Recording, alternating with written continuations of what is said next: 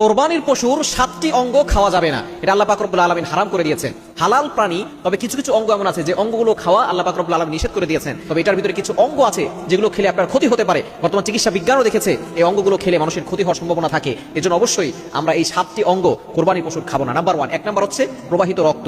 যেই রক্তটা পশু জবাই করার পরে বের হয়, রক্ত কিন্তু এটা নাপাক এবং রক্তের ভিতরে অনেক জীবাণু থাকে, অনেক ভাইরাস থাকে। আপনি যখন এটার ভিতরে রক্তটা যদি পান করেন অথবা রক্তটা যদি আপনি খেয়ে থাকেন, তাহলে অনেক ব্যাকটেরিয়া আপনার পেটের ভিতরে বাসা বাঁধতে পারে এবং বড় ধরনের রোগ আপনার হতে পারে। দেখুন, 1500 বছর আগে নবীজি সাল্লাল্লাহু আলাইহি ওয়াসাল্লাম আমাদেরকে যে সুন্দর সিস্টেম জানিয়ে দিয়েছেন, আল্লাহ পাক রব্বুল আলামিনের বিধানের ভিতরে কল্যাণ রয়েছে। এটাই হচ্ছে বর্তমান বিজ্ঞান প্রমাণ করছে। 1 নাম্বার, আপনি প্রবাহিত রক্ত খাবেন না। নাম্বার 2, দ্বিতীয় নাম্বার হচ্ছে পিত্তথলি। গরুর যে পশুর যে পিত্তথলি আছে, গরু হোক, মহিষ হোক, ছাগল হোক, এই পিত্তথলিটা আপনি খাবেন না। এবং 3 নাম্বার হচ্ছে আপনি মূত্রথলিটা খাবেন না। এর ভিতরে অনেক জীবাণু থাকতে পারে, অনেক ভাইরাস থাকতে পারে, আপনি এটা খাবেন না। এবং 4 নাম্বার হচ্ছে নর পশুর গুপ্তাঙ্গ, যেটা পুরুষ পশু তার গুপ্তাঙ্গ আপনি খাবেন না। 5 নাম্বার হচ্ছে মাদি পশুর গুপ্তাঙ্গ, এটা খাওয়া যাবে না। অর্থাৎ পুরুষ হোক অথবা নারী হোক, আপনি যেই পশুই জবাই করেন না কেন, জবাই হয়ে যাবে, কোরবানি হয়ে যাবে আল্লাহকে সন্তুষ্ট করার জন্য, তবে আপনি গুপ্তাঙ্গ এটা খাবেন না। এটার ভিতরে অনেক সমস্যা হতে পারে, অনেক রোগ আপনার পেটের ভিতরে বাসা বাঁধতে পারে।